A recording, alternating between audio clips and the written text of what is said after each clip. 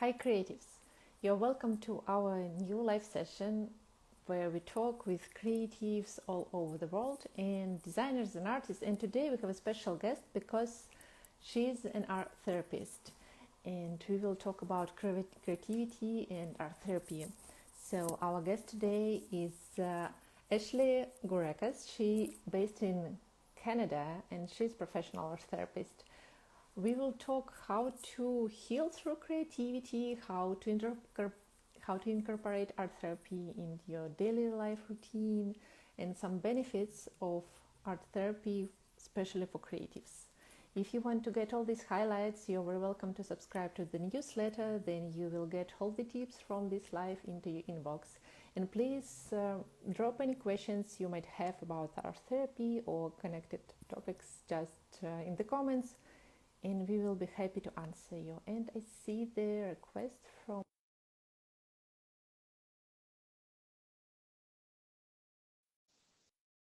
share with us in the comments if you already have an experience in art therapy or just thinking about trying it. It's really very interesting to know. Hi, Ashley. Hi, Felina. Nice to see Hey, you. nice to meet you too. How are you? I'm doing well. Yeah, it's a sunny fall day over here in Canada right now. Yeah, it's an evening in Spain.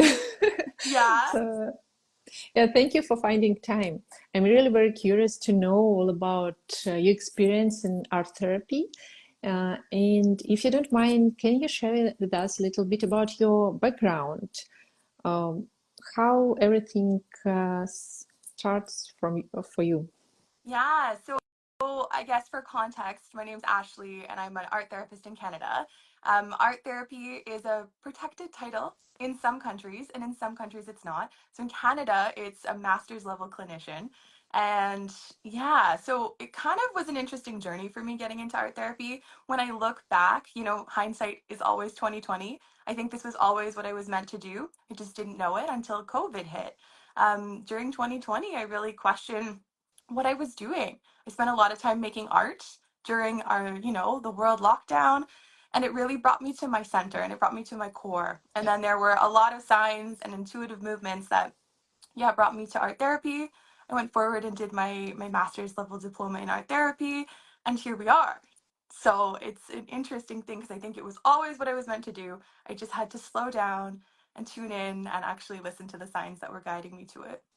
And when you were a kid, did you maybe draw a lot? What was your relationship with art before that? Yeah. So when I was a kid, I was always like the artsy kid. It was like artsy Ash. I would write that on all of my things. My mom used to say, "Oh, you don't want to be artsy. You want to be creative." And this idea around like creativity, that it was like that is the natural spark within us, that creativity. You don't have to be skilled per se to do art, but you want to be and you want to find your creative voice and you want to find your creative energy. So I loved art as a kid. So that's definitely why when I look back, hindsight 2020, I was always meant to be in an artistic, creative career. I just didn't know it for so many years. I was in a whole bunch of different things before art therapy. But yeah, I've always had a good relationship with art, but it really shifted when I learned about what art therapy is and what all of that behind art therapy is as well. By the way, can you please explain us what is art therapy? Maybe some of the listeners don't have this experience yet and they have no clue. What is art therapy?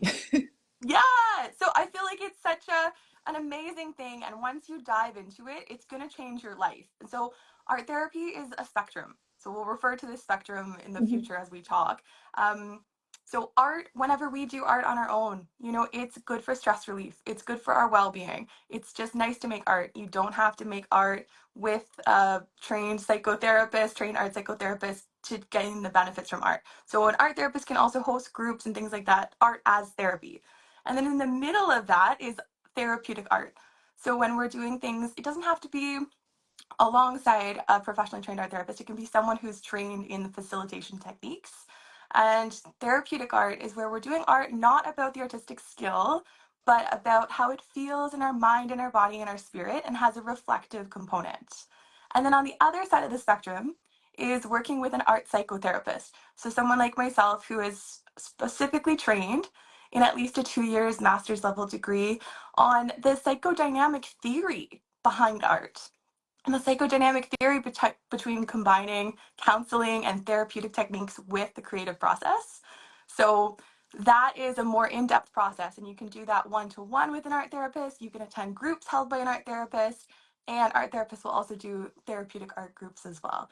So it's like a spectrum, but I think the biggest thing I want to tell the world is that it's not just coloring books. It's a lot deeper than that.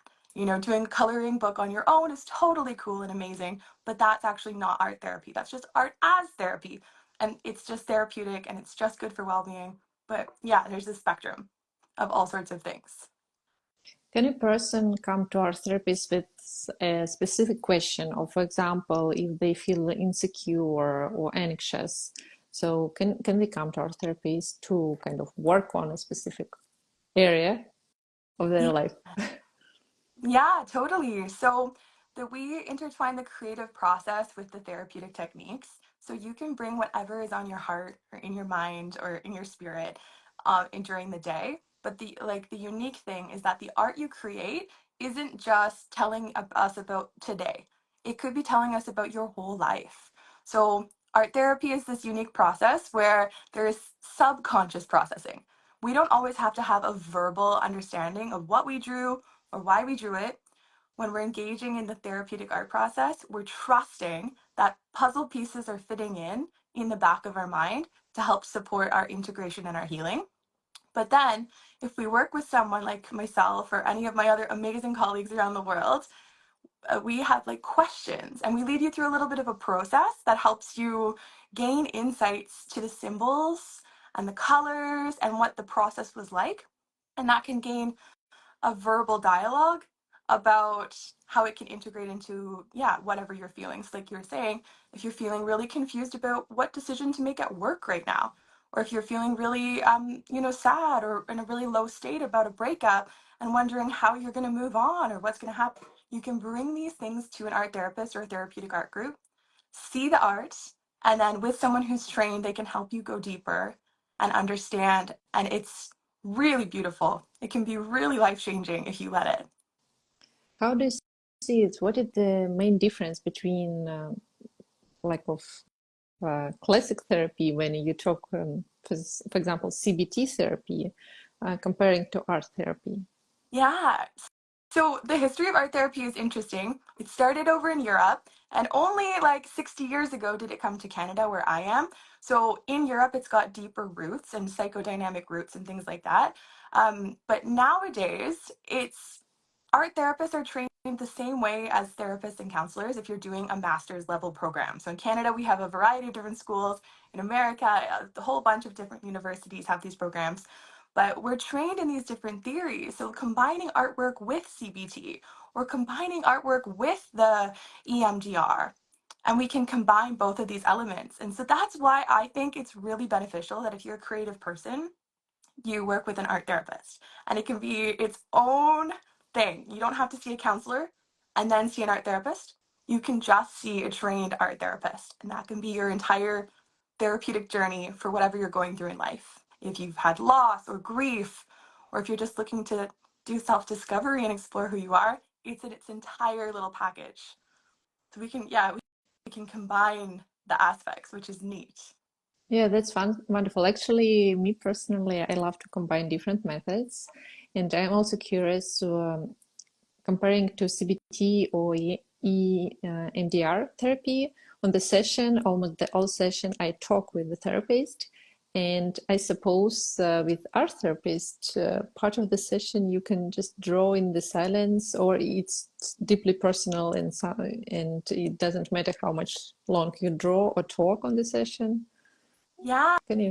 Yeah, so every art therapist is going to have a very different approach. So when you look to work with an art therapist, whether one-to-one or in a group, it's important that you look into their background and see what type of therapist are they and if they'll match your goals. So for me, for example, for sessions for one-to-one, someone could bring in art that they've already done. A piece of art you spent the whole morning on, and then you come to session and we spend the whole time diving into the symbols, diving into the meaning, diving in and starting to integrate the healing and moving forward and out. But then there's also this beautiful process of coming to art therapy, having a check in. We ground, we have an opening art exercise that lets us just be very present in the moment. And then from there, have an opportunity to go into the art making. And it's not about skill. So it's not like, okay, I'm going to teach you how to do watercolor and we're going to think about your grief in watercolor. But you follow the materials that are calling your name and using the materials in a way that feels good or feels expressive to how you're doing right now. And that is the process that the art therapist will help you reflect on and then see how that relates. And yeah, it's very insightful. It's something that we don't experience until you work with an art therapist, and it's really integrative and really beautiful. Mhm. Yeah. And do you see any difference between the clients who comes to you, for example, artist or designer, someone from the creative field, for whom drawing and coloring is very natural, like it's their profession? Do you see the difference between them and clients who do not connect with art in any way? Maybe because as an artist, I practice some art therapeutic practices by my own, and uh, I suppose it feels different to person because uh, when I host some groups for people, and sometimes they start to ask if I'm doing that right. But of course, there is no right or wrong. But do you see? Okay, let's make it easier. Do you see the difference between clients who are from the creative field and just not from that? Yeah, there is a difference in people's personal process. I think if you have a prior relationship with art making, it's very indicative of the way that it's going to go. So, firstly, if you have a very production-based relationship with art, it can be really hard to start making art for the expressive qualities, for making art that's not perfect, art that's not beautiful in the Mhm. way that you normally do. And so that's an unlearning that has to happen in our first few sessions. And it can happen quite quickly, but it's an unlearning that does definitely needs to happen so you can break through the wall. But then secondly, if you're just like a human being that loves artwork and you have a relationship with doing artwork on a relatively consistent basis, even if that's like once a month you take out your little sketchbook and you do some art, it's easier to dive in. Art therapy is for everybody, for sure. Even if you don't consider yourself artistic or creative, there are incredible things you can have insights about yourself with just a pencil and a paper. It doesn't have to be elaborate. So you don't have to have artistic skill, but if you already have that relationship with taking out art materials and playing with them, it's easier to get to a place a little bit faster. So that's kind of the emphasis behind my 30-day challenge right now, is getting people into the flow and releasing the perfectionism around artwork and art making so that when they do jump into more therapeutic, self-reflective art making that's a little bit deeper, we've already moved past that perfectionist stage. We're not going to waste 3 hours figuring out, how to get over our inner critic. We're doing that in our 30-day challenge right now, which is nice. So that's a thing. It definitely is helpful to do that, but there's lots of space for that in the first few sessions to get over the inner critic. Because it's usually partially a voice of something else in your life too. The inner critic about your art is probably not just about your art. It leads to a lot of other insights about what's going on in your life too. Yeah, you definitely have to kind of unlearn and let yourself just be in the process without thinking of the perfect result or how it should be at the end, because it's totally different thing, the art therapy process. And can you share with us any simple exercises, practices, maybe that some of the listeners can try even today, or even listening us? Yeah. Yeah. There are so many different techniques to kind of like just dip your toes into therapeutic art making and releasing the perfectionism. Anytime you engage with a material, just asking yourself, like, what does this material feel like in my hand to use? Is the pencil sharp and is it making straight lines? And just really engaging with the process and making some doodles. But one that I love, and I feel like I do all the time with folks, is the continuous line drawing. So I have that one on my feed if people want to check it out afterwards. But basically, asking yourself before you start, just what art material is calling my name right now? Is it a tempera paint pen? Is it a pencil, a marker, one of those smelly markers? And just pick the one that you love the most or the one that's calling your name the most. Doesn't matter if it's a color you think is regularly ugly, or it doesn't have to be your favorite one.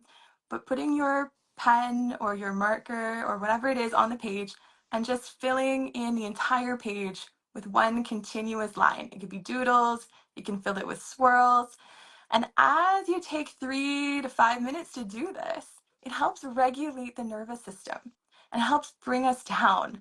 And you could stop there for the day, right? That 3 to 5 minutes of just doing some doodles is going to help you have so much more calm and so much more presence for the rest of your day.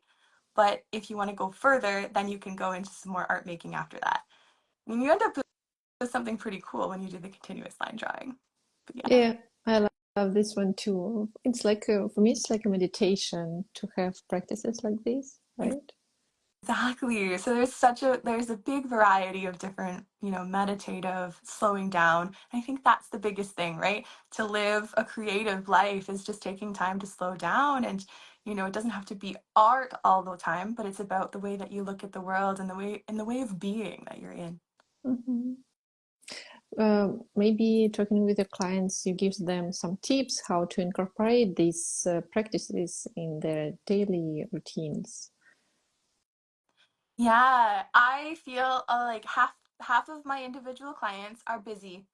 So the hour or an hour and a half that we have is the time to make art. And that is the time that they're carving out in their schedule, and that is just perfect, right? We don't have to be doing art every single day. It is amazing if we do, but we don't have to pressure ourselves to be creative. And so sometimes that's perfect. And then for other folks, they're not able to make it to sessions or make it to groups quite that often. And so having more consistent creative thought or creative view on the world is something that's really helpful. And, when you're having your morning coffee, this is the one I love to do. And I just love it. I did it this morning. When you're having your morning coffee and you go and sit outside on your porch or you're sitting near your window, and for the time it takes you to drink your coffee, noticing the colors. Spending time really just looking at all the colors around you. Right now in Canada, it's very fall. We've got lots of colors. And that's creative too, right? Just noticing how that bright yellow tree with the sun coming through it is making you feel. Or just noticing how the grass is decaying as we go into winter and how it's a little bit brown. Just noticing colors, having acceptance for what you see. And it just slows us down. It helps our amygdala and our brain feel safe because we're connecting with our environment and our space. And so then it helps us, as we're having that morning coffee or afternoon coffee, whatever it is, just spending some time really coming into presence. And that's creative too. And that is therapeutic too, coming into presence through art or through creative thinking. Yeah, it sounds so easy. And, I think that before you try this, it might sound like, okay, but how it could help me? But when you really try this, and especially if you do this regularly and find this time for yourself, you will see that it works. It helps to regulate nervous system, to become calmer, to relax. And it's kind of a simple magic. It's true. It's simple magic. I like that. Yeah, it truly is. Yeah. Another question that I have, do you see any special with in work with creatives? Maybe they have some common requests, some common questions when they come to you, maybe working with artistic blocks or something like this. Yeah, yeah. So art therapy for creatives is so incredibly helpful. Art therapy for artists is so incredibly helpful. And for creative and artist business owners, it's incredibly helpful. It helps us get past that. Sometimes we can feel like we're in such a production mode, whether it's making content for Instagram and TikTok or putting things out on your membership or doing content for other people and not making art for yourself. We can get really easily caught up in that pattern. I'm caught in it all the time. And it takes conscious thought to actually be like, wait, it's important for me to do my own art. It's important for me to do something for myself that's not for Instagram, that's not for the views of other people. Yeah, so groups is an amazing way for creative folks, whether art therapists, business owners, etc., to join in because there's benefits of being in an art therapy or therapeutic art group, right? So we see when we're able to share the artwork, when we're able to share a little bit about the emotions that are currently present in our life, when we're able to share what insights we had from our art, there's universality. And we get to see that we're not alone and that there's hope and that others can impart a little bit of knowledge onto us and we can learn and we can just feel connected to something bigger and have that sense of altruism. And all of those are like Yalom. He's got a book called he's got an amazing book. But all of those are therapeutic factors of being in a group. So that's why I love hosting groups because they're bigger than just us alone and we can see so much in others about ourselves that can help us like continue the growth process outwards.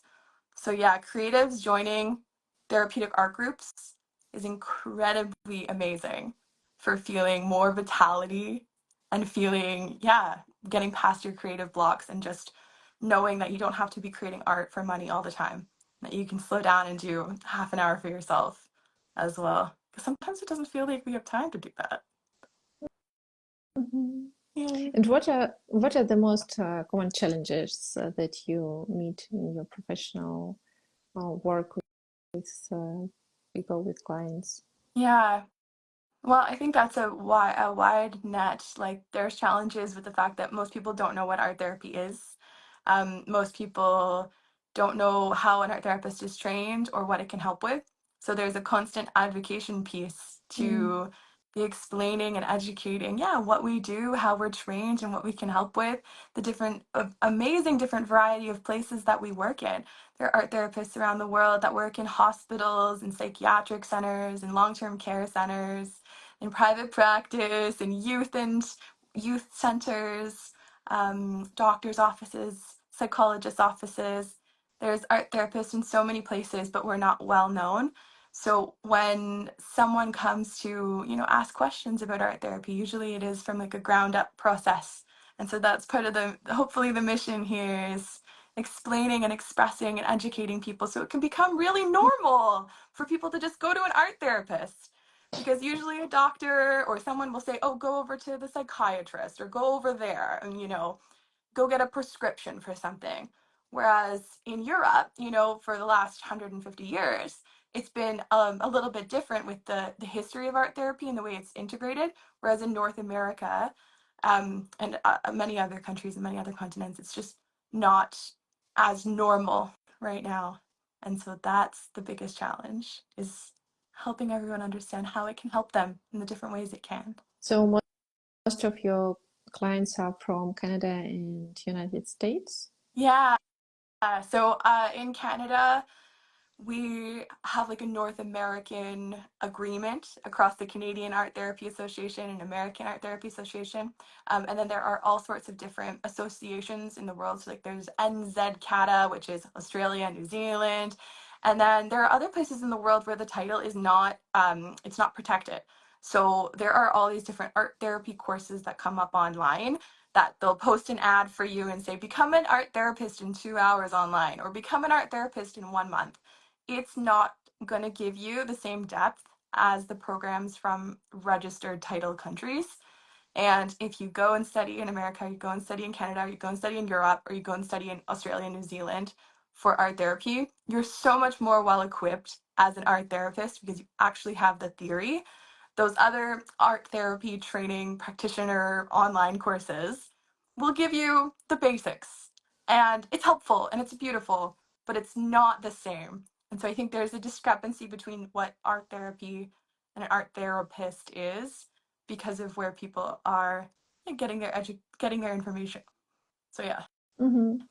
it's a challenge. Am I right that the main difference is that in Canada and US, on during education, they give you more of the base of the therapies like the CBT or something like that, because they give you more knowledge and practical hours or something like this?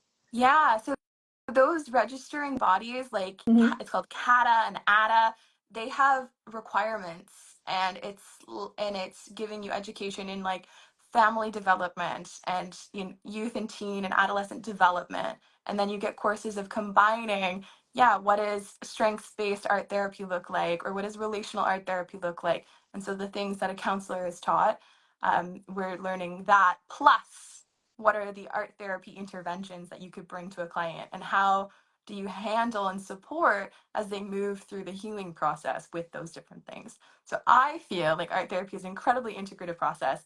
We also have a variety of different, yeah, practicum hour requirements. For my program, it was 1,000 hours.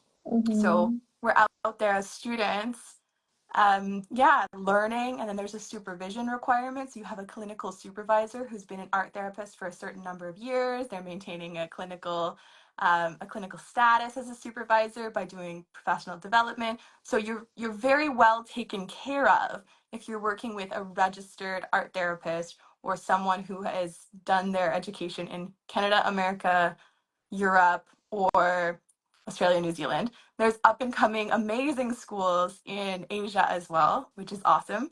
And I don't know too much about them, but there are some really amazing things coming to help support more validated education in all parts of the world, which is really cool. I know that India and Egypt have some cool programs happening right now that are in the birthing stage.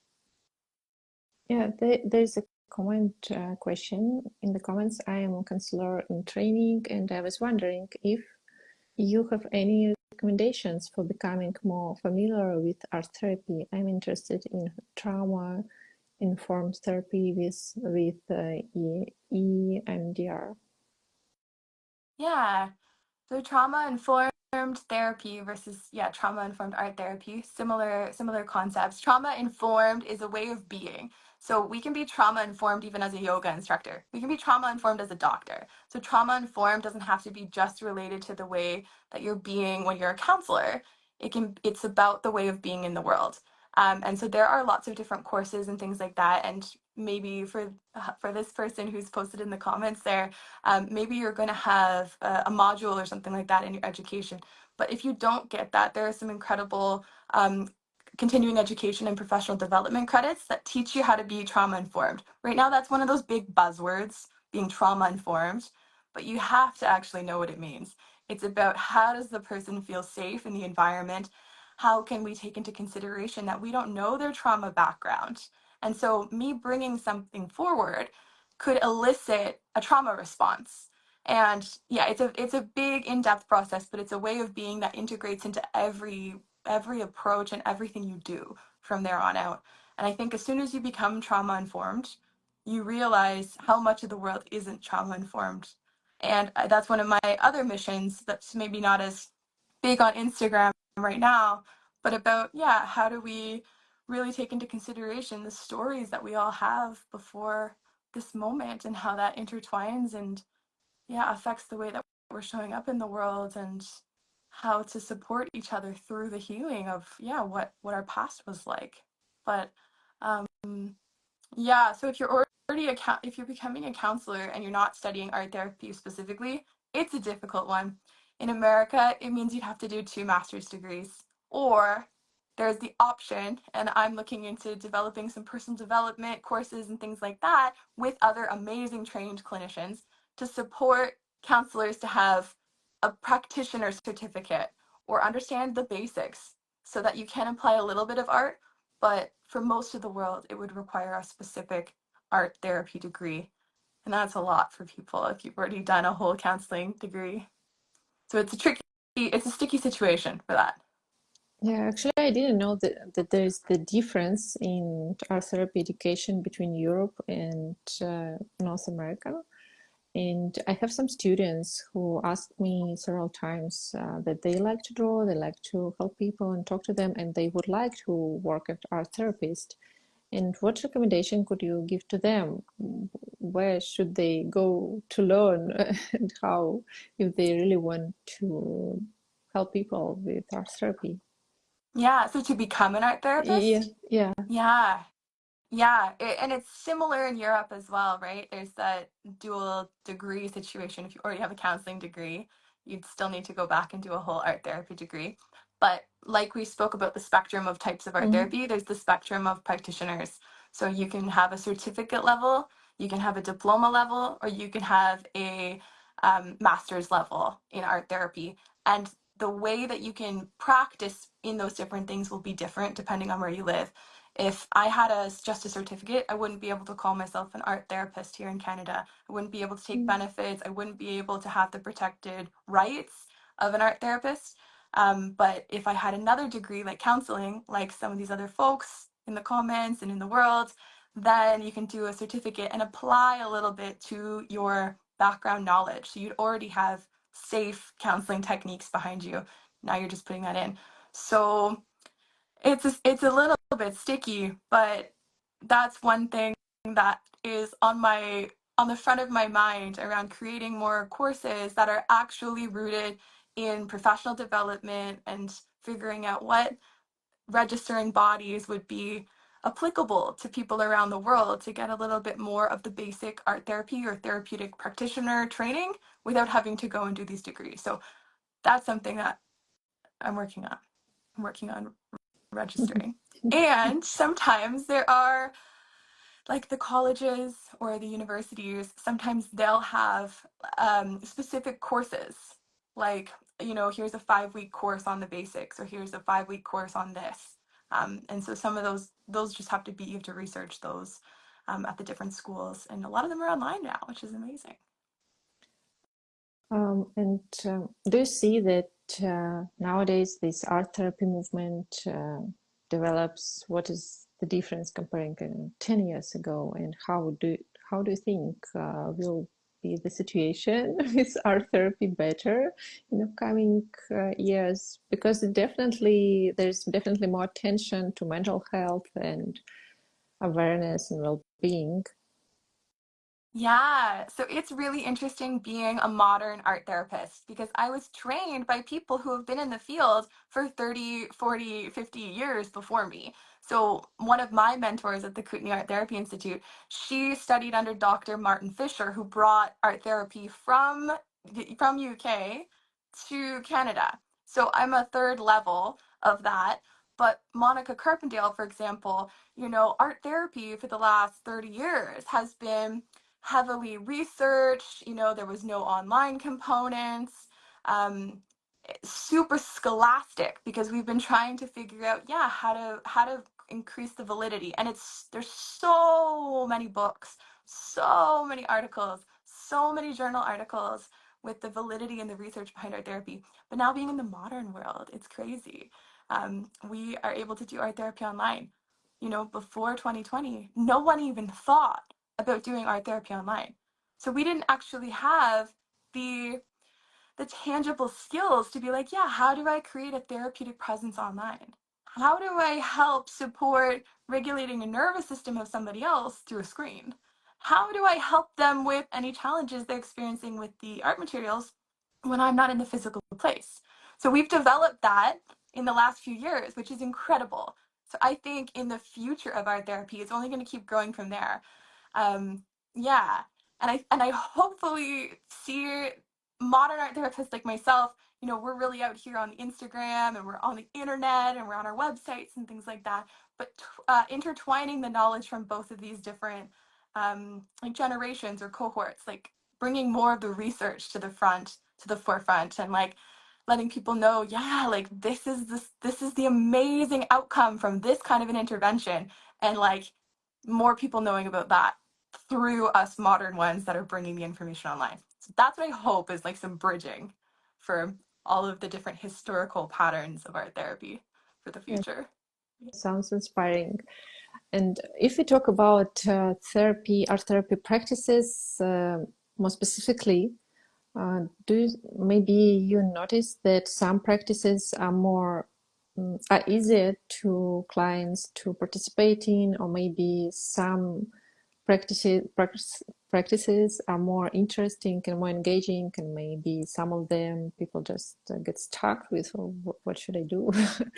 Just curious about if you can go a little bit deeper in the process of these practices and describe a little bit how it look like. Yeah, that's a really great question. So the actual process of art therapy, it's kind of like a road that has a fork in it. So one direction, an art therapist can give you what's called a directive or an invitation. So it's a pre-designed activity that maybe has self-reflection or it's got some kind of a structure to it. So for example, let's draw a tree. And as we are about to set off in drawing this tree, we're going to take a few minutes and just settle into our bodies. And we're going to think about and visualize the tree before we put it onto the paper. And what are the leaves in your life looking like right now? Are they green? Are they pink? Are they blooming? Are they falling off the tree? And then moving your way down the bark. What's the bark look like in the branches? And what's the ecosystem like? And what's the season? And so it's more defined and it helps us create a piece of art that has a container to it, and the art therapist will bring that with intentionality of what your needs are. So we don't just come up with random things. It will be based on what is showing up in your life right now and how a certain art directive can help you. Once that piece of art is done, we can really look at every single symbol, every single brushstroke, and define so much and then integrate so much about ourselves that we didn't consciously know, but the art brings the subconscious to life. And then on the other side of that road, it's called spontaneous artwork.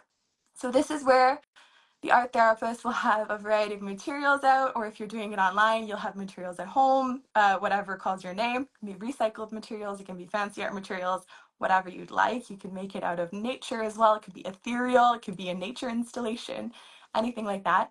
But it's basically you just listening to your own heart with what you're going to create and the process that you're going to undergo. The art therapist doesn't have their finger on it or doesn't direct it. It's about tuning in to how you're doing right now, and maybe you make a mask. Maybe you make like a little canister with all sorts of different little bits and bobs in it, and it doesn't have to have a conscious meaning while you're making it. But then after you make a spontaneous piece of art, that's where the art therapist comes in, and we help you look at it in a different way. We help you see it with new eyes that help draw the information from the subconscious to the conscious. So spontaneous art is actually where we want to get to, but that's incredibly hard for people who have not had a relationship with art previously. So that's why when we were talking about earlier about folks that have that relationship with art, it's easier to not get into that perfectionist tendency and easier to jump into spontaneous art. And that's where we get really deep insights about ourselves. Directives are also amazing, just really different styles.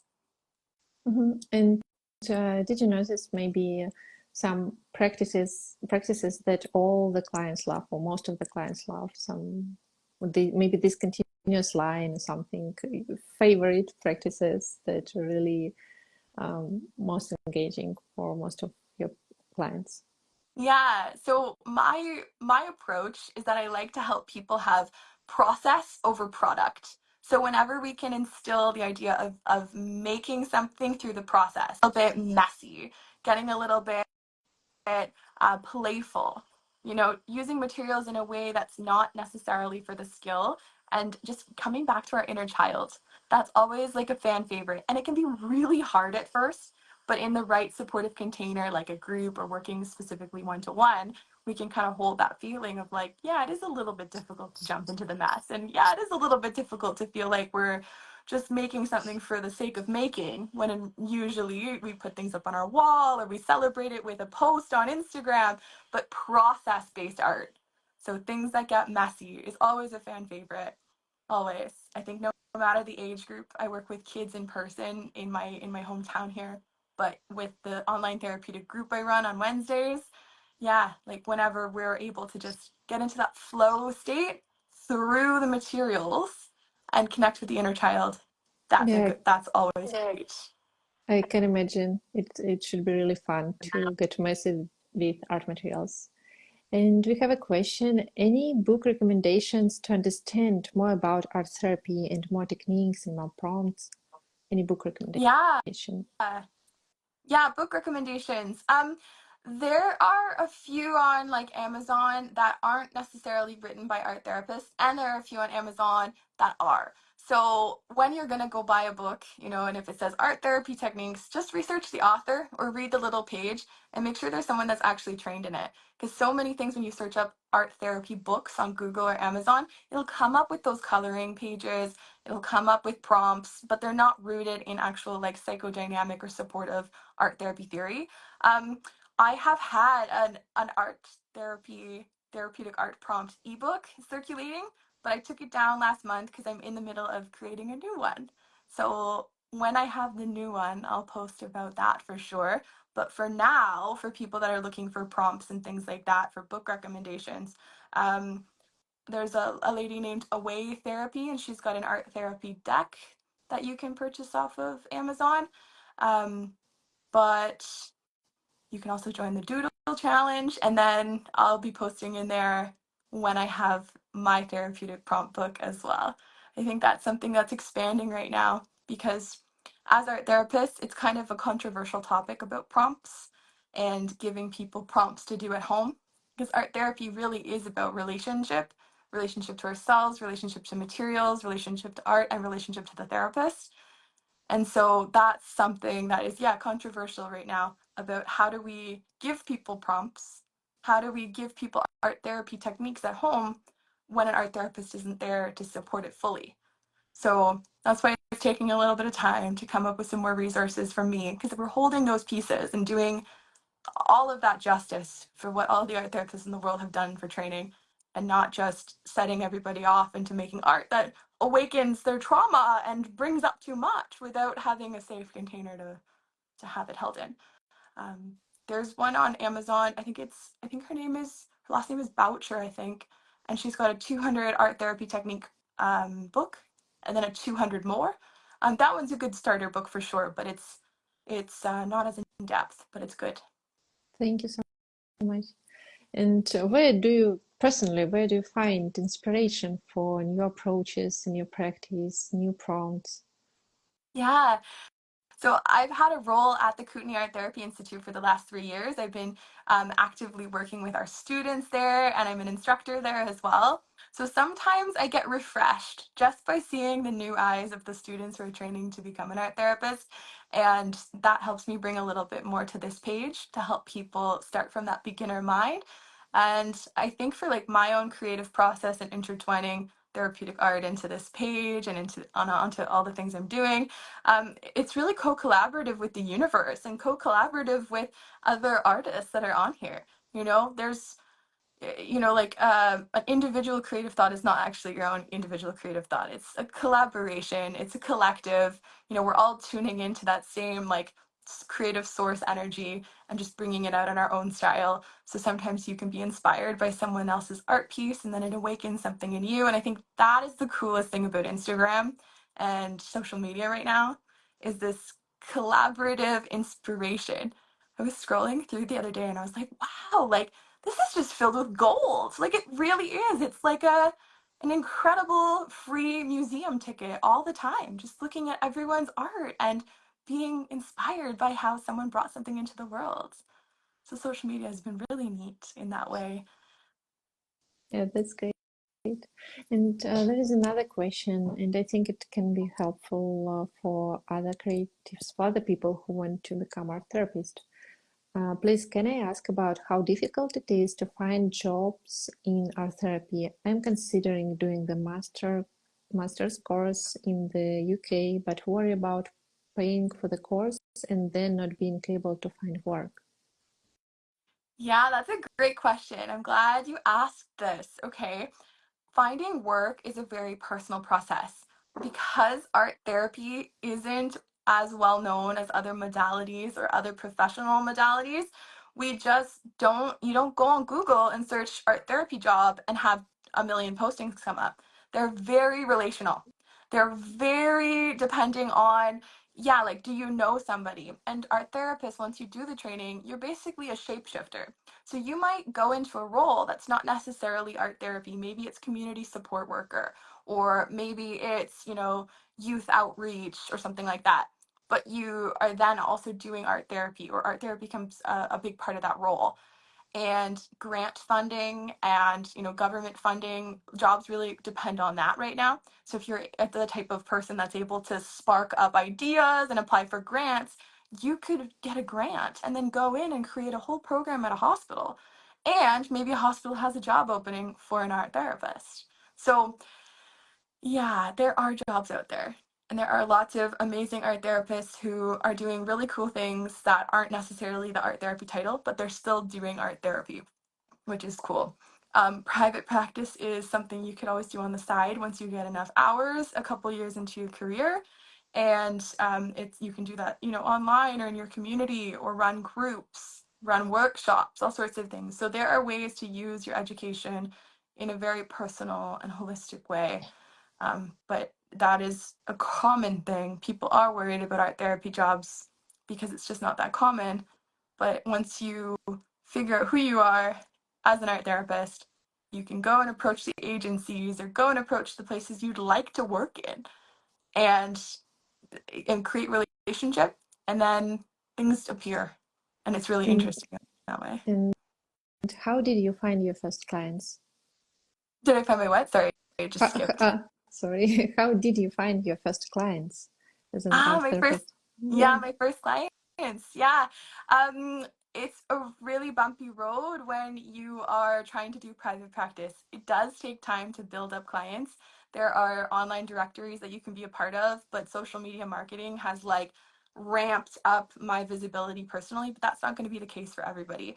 So what is really helpful for folks is getting out there into your community if you're going to be wanting to do in-person things, going to the festivals and having a booth set up, and having information about, yeah, what is art therapy and what do I provide to this community, or partnering with different agencies in the community to, have an art event at, everyone entering a certain community fair, you're welcome to do a community piece of art.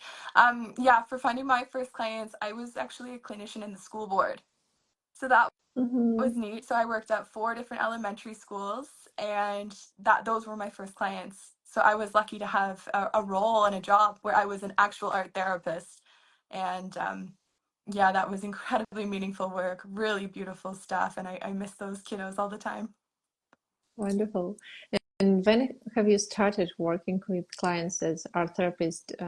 Did you already have this social media present? I mean, did you have the Instagram account, or was it after you started to work as a therapist?